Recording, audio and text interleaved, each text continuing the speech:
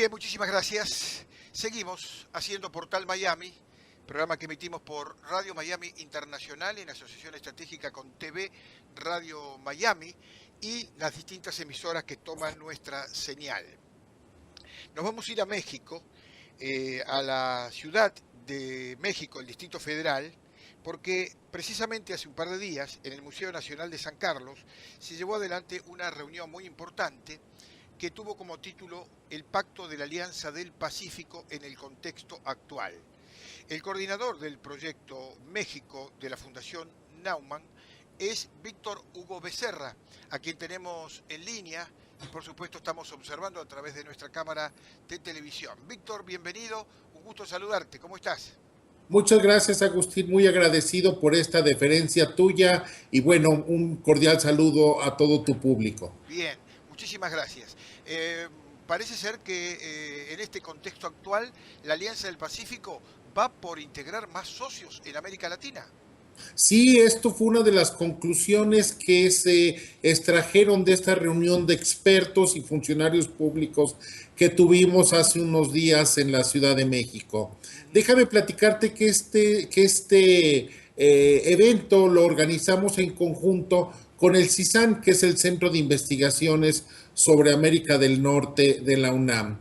Y vinieron, bueno, académicos de renombre, académicos mexicanos muy reconocidos como Gustavo Vega del Colegio de México o el doctor José Luis León Manríquez de la Universidad Autónoma Metropolitana, ambos con el más alto grado académico que otorgan las instituciones mexicanas, que es el Sistema Nacional de Investigadores grado 3. Aparte, vinieron académicos y políticos, como por ejemplo el ex canciller de Perú, Óscar Martúa de Romaña, el doctor maestro Andrés Molano Rojas, del Instituto de Ciencia Política de Colombia y la Universidad del Rosario. En fin, tuvimos una muy buena participación de académicos, gente que trabaja en el sector público, de gente que se ha dedicado a la diplomacia, y me parece que extrajimos conclusiones muy importantes como la que tú señalas hace un momento.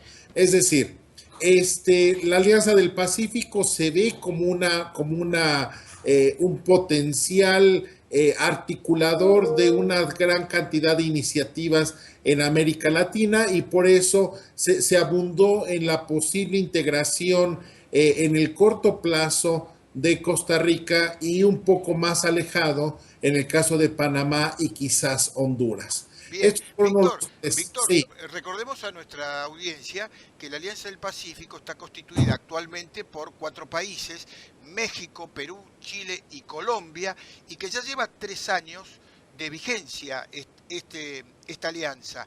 ¿Me podrías determinar, o si se discutió allí, cuáles son los resultados de estos primeros 3 años? Sí, claro, se discutieron básicamente una cuestión que me parece que es el punto toral de la alianza, y por lo cual algunas gente la ven de manera negativa. La alianza tiene, como tú bien señalas, 3 años de haberse formado, y una de sus características básicas es que establece una cláusula democrática. Ningún país que sea antidemocrático, que tenga regímenes totalitarios o autoritarios, puede ser miembro de la alianza. Esto en el largo plazo estructura una forma de valores, estructura una comunidad de principios, que eso no es bien visto por regímenes tipo el venezolano o el boliviano o el argentino, que me parece que, bueno, de democrático tienen poco. Coincidimos absolutamente contigo. En tal sentido, me parece que la alianza es vista precisamente por recelo por esos países que precisamente no guardan este respeto a los principios democráticos. para muchos académicos, para mucha gente que se dedica al día a día en la estructuración de esta alianza, no le gusta mucho remarcar esta característica que desde mi punto de vista es esencial y que los investigadores como el doctor Gustavo Vega del Colegio de México señaló. Y es precisamente esta comunidad de valores, de principios que le dan fuerza y articulación a la alianza.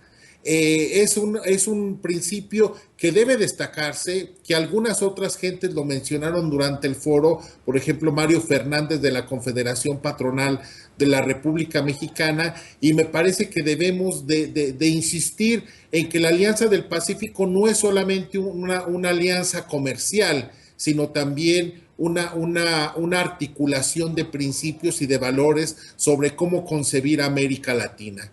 En tal sentido, no es extraño que el señor Evo Morales se dedique a hablar de que la alianza o que los presidentes son lacayos del imperio. Increíble, bueno, increíble lo de Evo Morales, realmente lo dijo de corazón y con una furia impresionante.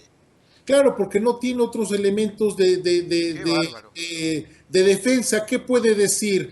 ¿Qué puede hacer para defender su proyecto más que denostar a los contrarios?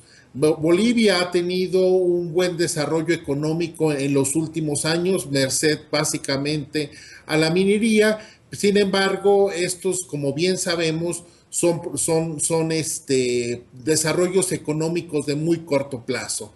En tal sentido, me parece que la alianza representa no solamente una buena opción, una buena alternativa frente a estos desarrollos recientes en América Latina, y por eso, bueno, esas actitudes tan negativas por parte del señor Morales y de otros regímenes, el ecuatoriano, el argentino, etcétera, respecto a la alianza, que sin embargo también, como se señaló en el foro, resulta notable que, por ejemplo, países como Ecuador sean observadores de la alianza.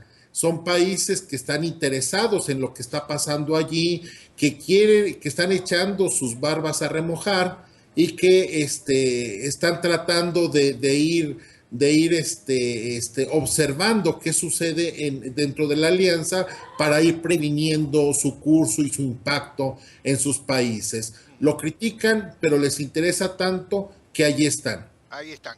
Ahora, Víctor, más allá de los países que nombraste, dentro de la región que podrían incorporarse al conjunto de países que ya están trabajando desde hace 3 años, se habla también de que están mirando a potencias de Asia y del Mercosur.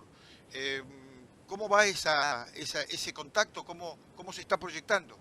Sí, claro, es una expectativa en el largo plazo de ir poco a poco integrando esta alianza dentro del gran contexto del Asia-Pacífico, en este acuerdo comercial que se está tejiendo con países como Singapur, Corea, Japón, Estados Unidos, etcétera. Sería un fantástico contrapeso a la hegemonía china. Y no solamente por cuestión comercial, de decir, bueno, los chinos son muy exitosos en los términos comerciales, sin embargo, no se señala desde mi punto de vista algo esencial. Por ejemplo, en América Latina se tiene una gran consideración, una gran admiración, se le llama el milagro económico del siglo XXI al desarrollo chino, y sin embargo, los académicos que destacan esta característica no destacan u omiten deliberadamente el irrespeto a los derechos humanos, el irrespeto a las garantías individuales y políticas por parte del régimen chino. Entonces, la senadora mexicana Mariana Gómez del Campo, nos señaló precisamente cómo el tema de la seguridad debe de ser un tema en el futuro cercano de la alianza. Ella siendo política de oposición, bueno, pues remarcaba que ese parece ser un tema que al gobierno mexicano no le interesa discutir en los foros multilaterales y menos en un contexto como el de la alianza, y me parece que tiene razón. En tal sentido, mientras gobiernos como el de México no traten y vean la dimensión regional que tiene el problema de la seguridad, bueno, pues vamos a avanzar poco. En tal sentido, México me parece que tiene una importante responsabilidad en lo que viene pasando en Centroamérica, por ejemplo, y me parece que se ha desatendido de sus implicaciones. Y bueno, lo que viene pasando en Iguala, en el Estado de México, me parece que remarcan esa necesidad de que los gobiernos de los 4 países retomen este tema y bueno, los 4 tienen problemas graves de seguridad, el narcotráfico en Perú, los problemas que se dejan ver, por ejemplo, en el sur de Chile, también son importantes en esta concepción, o las atentados que hubo recientemente en Santiago de Chile, o esta paz todavía no garantizada en Colombia, y esperemos que sea factible en el corto plazo. Bueno, nos hablan de que este tema de seguridad debe de ser crecientemente tratado y no ocultado, como me parece, y allí se insistió en el foro, que parece que los gobiernos tratan de esconderlo debajo de la alfombra. Saliendo ya de esta importante reunión que trató los temas interesantes del Pacto de la Alianza del Pacífico, quiero preguntarte cómo cayeron las declaraciones de Evo Morales dentro del contexto del gobierno de México. Mira, el gobierno mexicano tiene como uno de sus cometidos el tratar de desarmar a la izquierda en México. Es decir, trata de, en la medida de lo posible, que Andrés Manuel López Obrador no reviva políticamente. Y en tal sentido, bueno, por eso su acercamiento al régimen cubano, y por eso su cercanía con Cristina Fernández, y bueno, en tal sentido, las denuncias majaderas del señor Morales, pues no fueron respondidas como debieran de haber sido respondidas de un país y un régimen que se respeta. Y bueno, solamente lo que sucedió fue, bueno, pues una explicación al nivel del subsecretario de Relaciones Exteriores al embajador, y bueno, pues un llamado a mantener la amistad en las relaciones, que bueno, pues fue un llamado así bastante tibio, y tratando de ponerle paños fríos Bien, al incidente. En bien, fin, esa es la actitud del gobierno mexicano con esos regímenes. bien. Un informe más que interesante el tuyo, Víctor. Te agradecemos muchísimo esta gentileza para TV Radio Miami y todas las emisoras que nos toman en línea directa. Muchísimas gracias y un gran abrazo. Estoy a tus órdenes y suerte. Gracias. Víctor Hugo Becerra es coordinador del Proyecto México y también director de la Fundación Naumann.